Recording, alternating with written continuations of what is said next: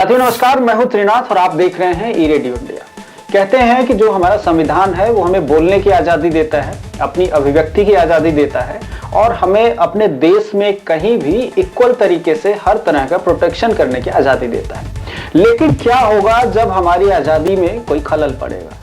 क्या होगा जब हम अपनी आज़ादी को ठीक तरीके से जी नहीं पाएंगे, उसका आनंद नहीं उठा पाएंगे? और जब से भारत आजाद हुआ है तब से हमारे देश में जो चुनावी पर्व चल रहा है उसमें तमाम तरह की लिमिटेशंस बनी हुई हैं, उसमें तमाम तरह के दायरे बने हुए हैं। उन्हीं दायरों में से एक है किसी भी विधानसभा सीट को रिजर्व कर देना। इस विधानसभा सीट को रिजर्व करने के पीछे जो मकसद होता है वो ये होता है कि जो जिन लोगों के लिए रिजर्व किया जा रहा है उनका उत्थान हो, उनको समाज में बराबर का दर्जा मिले।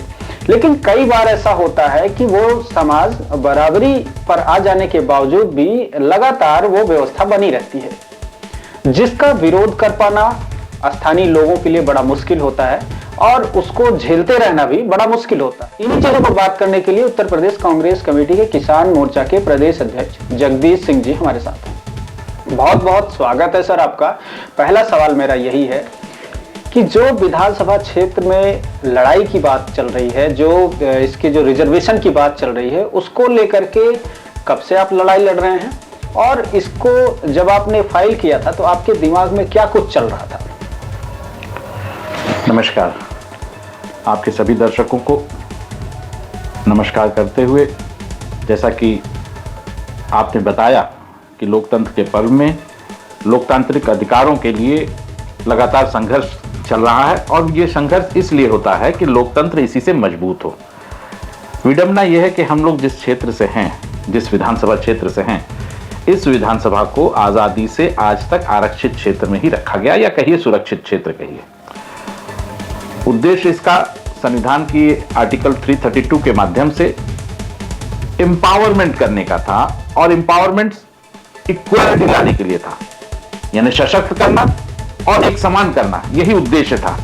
सभी वर्गों को सशक्त करते हुए समानता लाने का उद्देश्य था। यह हमारे प्रीएम्बल में भी है संविधान के, और इसी के तहत आर्टिकल 332 के तहत आरक्षण की व्यवस्था लोकसभा और विधानसभा में दी गई है। और खामियां यह हैं कि जिस तरह से सामाजिक जमींदारी थी उसी तरह से एक राजनीतिक जमींदारी स्थापित हो गई है, और यह राजनीतिक जमींदारी स्थापित होने के कारण न दलित नेतृत्व डेवलप हो पा रहा है व्यापक तौर पे, और न ही अन्य बिरादरियों के।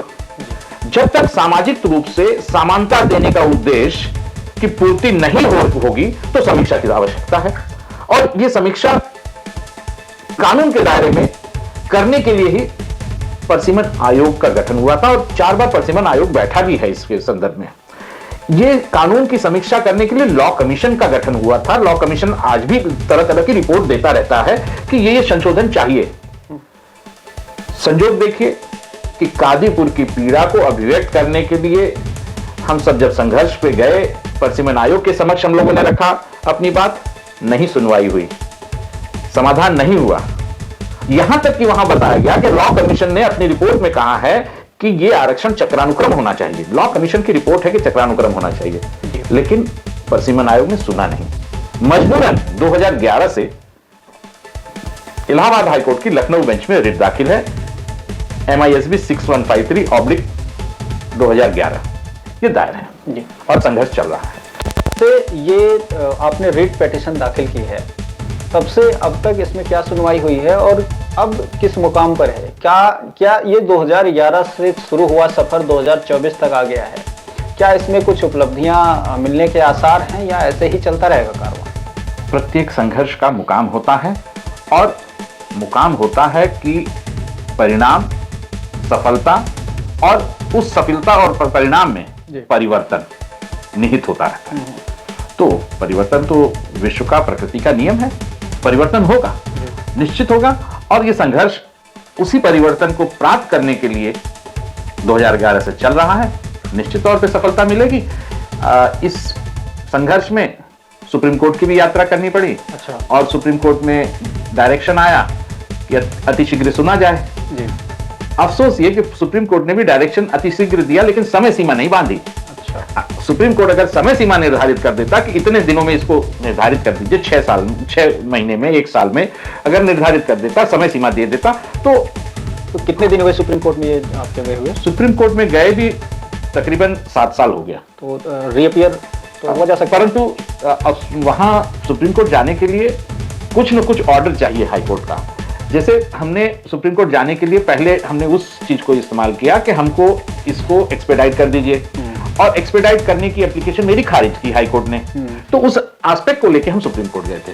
किसको एक्सपेडाइट करने की जरूरत है, तो सुप्रीम कोर्ट ने अपने ऑर्डर में कहा। अब जो इसमें की पॉइंट्स आपने रखे हुए हैं जो रिजर्वेशन को लेकर के, तो वो की पॉइंट्स क्या हैं? वो जरा शॉर्ट शब्दों में और आसान भाषा में दर्शकों तक पहुंचे। देखिए, ये जो रिट है ये equal right to free vote पे है, और equal right to free vote अगर हम गाजीपुर वालों को ये मिलेगा तो ये सुनिश्चित होगा कि चक्रानुक्रम आरक्षण विधानसभा और लोकसभा दोनों का रहेगा। ये रिट जो हुई है वो इस उद्देश्य से हुई है कि ये आर्टिकल 14, 15, 19 जो अभिव्यक्ति की आजादी और समानता का अधिकार जो गाजीपुर के हर मतदाता का है, वो उससे वंचित हो रहा है। अगर ये रिट सफलतापूर्ण परिणाम पे जाएगी तो हम नहीं कह रहे हैं कि हाईकोर्ट सारा समाधान करेगा। ये इस बात का भरपूर एहसास है कि कॉन्स्टिट्यूशनल बेंच तक ये केस जाएगा, पर इस सारे संघर्ष में यह निश्चित हो जाएगा कि भारत में जिस तरह से जमींदारी सामाजिक रूप से हटाई गई, उस तरह से राजनीतिक जमींदारी भी टूटेगी, और इसका परिणाम इतना अच्छा होगा कि जातिवाद जो आज की राजनीति का बहुत महत्वपूर्ण अंश है, इससे भारतीय राजनीति मुक्त होगी। तो ये थे हमारे साथ उत्तर प्रदेश कांग्रेस कमेटी के किसान मोर्चा के प्रदेश अध्यक्ष जगदीश सिंह जी, जो कि कादीपुर विधानसभा क्षेत्र में जो आरक्षण है उसको लेकर के लगातार लड़ाई लड़ रहे हैं, और मुझे उम्मीद है कि आने वाले समय में इसका कुछ न कुछ परिणाम अवश्य हासिल होगा। जो लोग कंडीशनल वोटिंग कर रहे हैं इस क्षेत्र के, उनको भी कुछ न कुछ राहत जरूर मिलेगी। और इसी के साथ हम लेते हैं आपसे विदा, फिर मिलेंगे किसी और नए वीडियो।